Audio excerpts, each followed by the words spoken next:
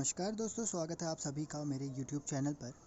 जैसा कि आप सभी जानते हैं कि अभी हम लोगों ने करंट अफेयर से रिलेटेड एक वीडियो सीरीज़ की शुरुआत की है, जिसमें कि हम लोग 10 डेज़ के अकॉर्डिंग करंट अफेयर्स के बारे में पढ़ रहे हैं कि जो नेशनल है, इंटरनेशनल है, स्पोर्ट्स से रिलेटेड, डेट से रिलेटेड, प्लस अभी जो बुक्स के ऑथर हैं तो इन सब से रिलेटेड हम करंट अफेयर्स पढ़ रहे हैं।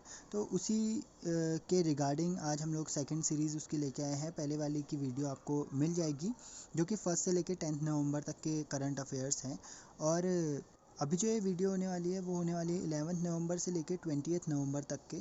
सो आप लोग हमारे साथ जुड़े रहिए और करंट अफेयर्स से रिलेटेड जो भी आपकी क्वेरीज़ हैं वो आपको इसमें आसानी से सॉल्व हो जाएगी। और अगर आपने चैनल को सब्सक्राइब नहीं किया है तो चैनल को जाके सब्सक्राइब कीजिए और बेल आइकन को प्रेस कीजिए, ताकि आने वाली वीडियोस की नोटिफिकेशन आप तक सबसे पहले पहुंच सके।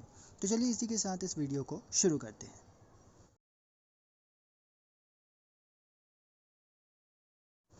देखिए, पहला क्वेश्चन है, person who became first Indian American to be elected to the Ohio state senate and was becoming one of the youngest state law makers in the US at age of 23।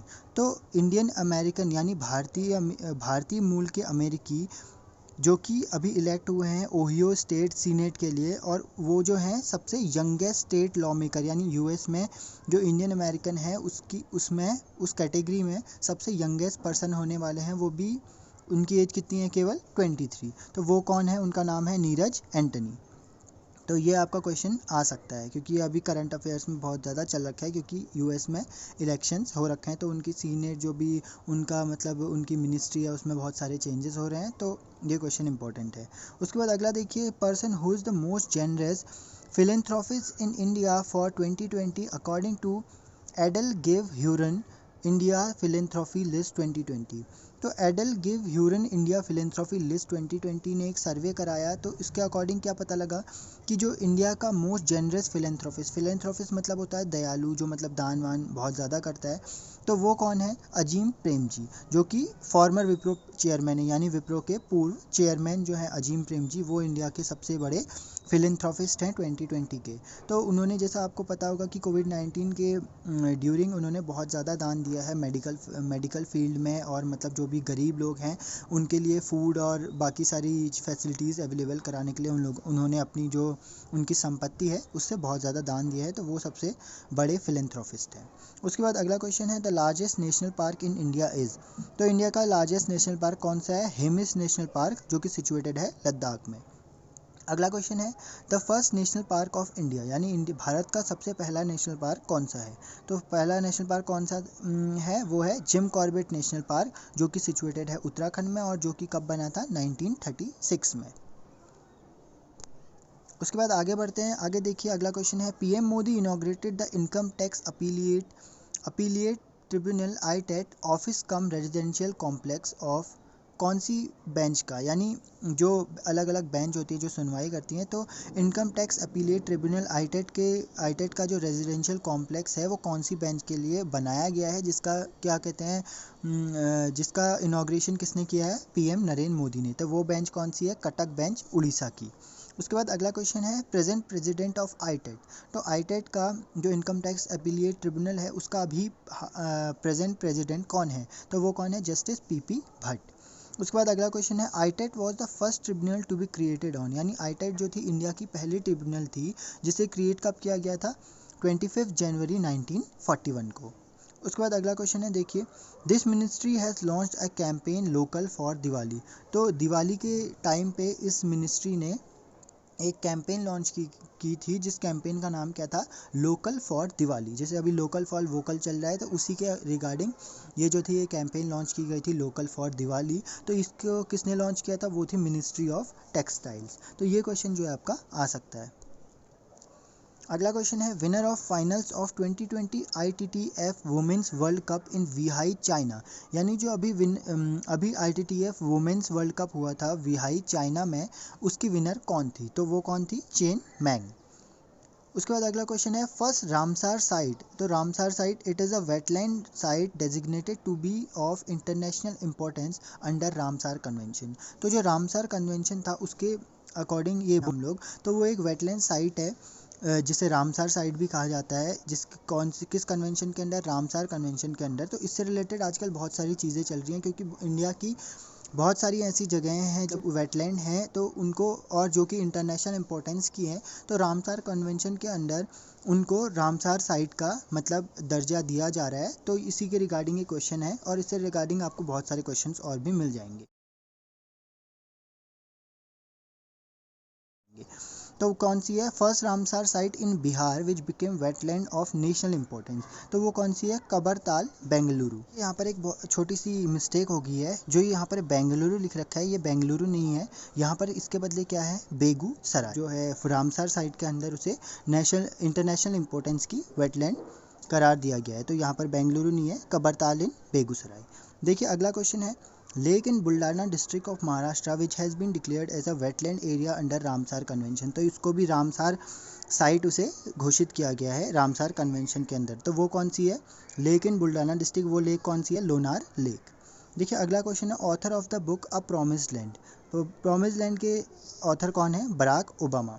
देखिए ये जो अ promised land है, ये अभी India में best seller थी, पर अभी एक दूसरी बुक आ चुकी है, वो कोई इंडियन राइटर की है, उसने इसको ओवरटेक कर लिया है। तो अ प्रॉमिस लैंड भी जो है वो बहुत ज़्यादा इंपॉर्टेंट बुक है। तो ये क्वेश्चन आ सकता है कि अ प्रॉमिस लैंड किसके द्वारा लिखी गई बुक है।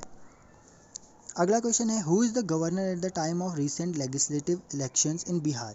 तो अभी जो चुनाव हुए थे बिहार में, उस टाइम पे बिहार का गवर्नर कौन था? तो वो क्वेश्चन, तो उसका आंसर है फागू चौहान।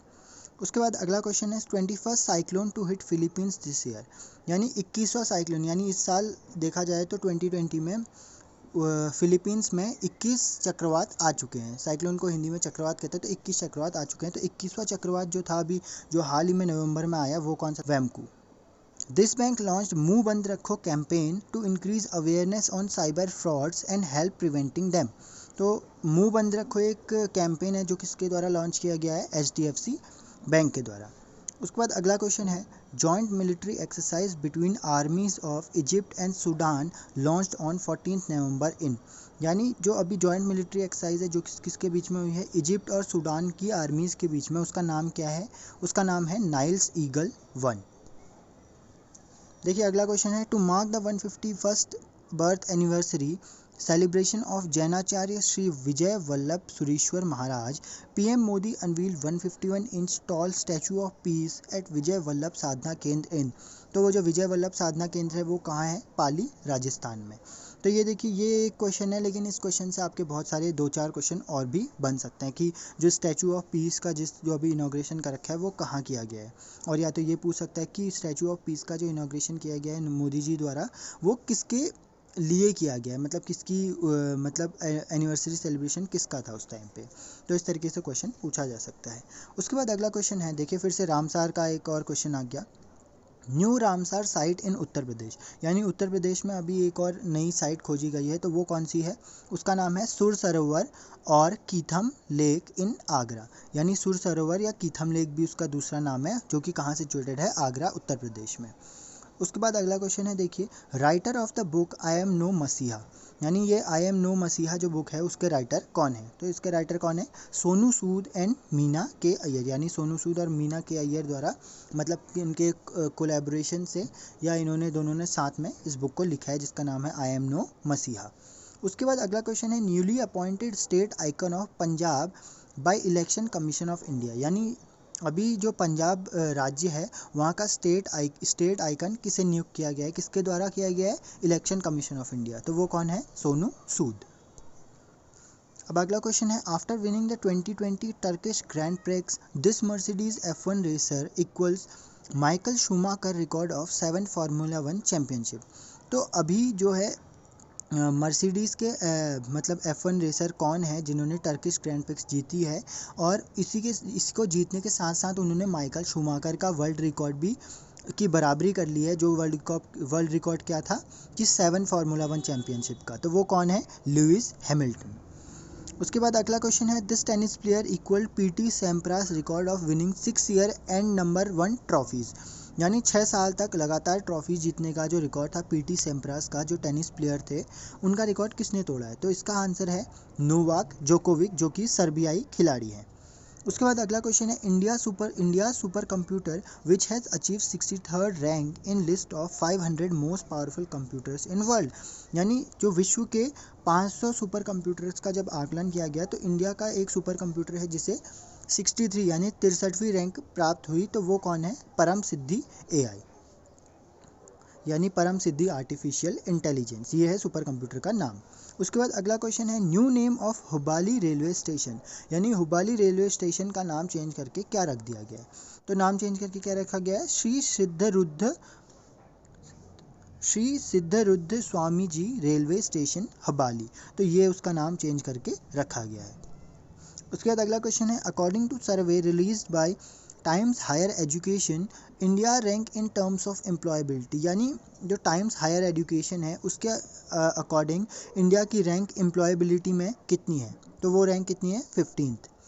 उसके बाद अगला क्वेश्चन है recipient of Vatayan lifetime achievement award 2020 for writing poetry literary works and which is given by Vatayan UK organisation in London. तो ये Vatayan lifetime achievement award है जो कि किस फील्ड में मिलता है? राइटिंग पोएट्री या लिटरेरी वर्क्स, मतलब जो लिखते हैं, जैसे किसी ने कोई बुक लिखी या कोई नोवेल लिखी, इस तरीके से। तो वो किसके द्वारा दी जाती है? वाटायान UK ऑर्गेनाइजेशन है जो कि सिचुएटेड है कहाँ? लंदन में। तो वो किसको मिल रखा है? वो मिल रखा है रमेश पोखरियाल निशंक जी जो हैं हमारे यूनियन एजुकेशन मिनिस्टर। उसके बाद देखिए अगला क्वेश्चन है first women who have solo travelled the world 7 continent in 3 days 14 hours 46 minutes 48 seconds and setting a Guinness book record. तो पहली वुमेन जो सोलो ट्रैवल करी हैं 7 कॉन्टिनेंट में इतने टाइम में 3 दिन 14 घंटे 46 मिनट 48 सेकंड में, और उन्होंने विश्व रिकॉर्ड बनाया है। तो उनका नाम क्या है? डॉक्टर ख्वाला अल रोमैती, जो कि कहाँ की हैं? UAE की, यूनाइटेड अरब अमीरेट्स की। तो ये देखिए ये थे 11 से लेके 20 नवंबर तक के जितने भी करंट अफेयर्स हैं। अगर आपको और करंट अफेयर्स चाहिए तो आप लोग मुझे कांटेक्ट भी कर सकते हैं। मैं अपना कांटेक्ट नंबर इसमें दे दूंगा आपको, उस पर आप कांटेक्ट करके इससे PDF भी ले सकते हैं फ्री में, और जो करंट अफेयर्स अगर आपके पास हैं तो आप उसे प्रोवाइड भी करा सकते हैं। प्लस आप ये भी सजेशन दे सकते हैं कमेंट बॉक्स में कमेंट करके कि और किस टॉपिक पे वीडियोस बन सकती हैं। अगर मेरे पास वो मटेरियल नहीं भी हुआ फिर भी मैं कोशिश करूँगा कि कहीं से मैं उसका मतलब कहीं से अरेंज करके आपके लिए वो वीडियो बना सकूँ। तो प्लीज़ मेरे चैनल को सब्सक्राइब कीजिए और आगे आने वाली वीडियोस के लिए बेल आइकन को प्रेस कीजिए। Thank you for watching. Thank you.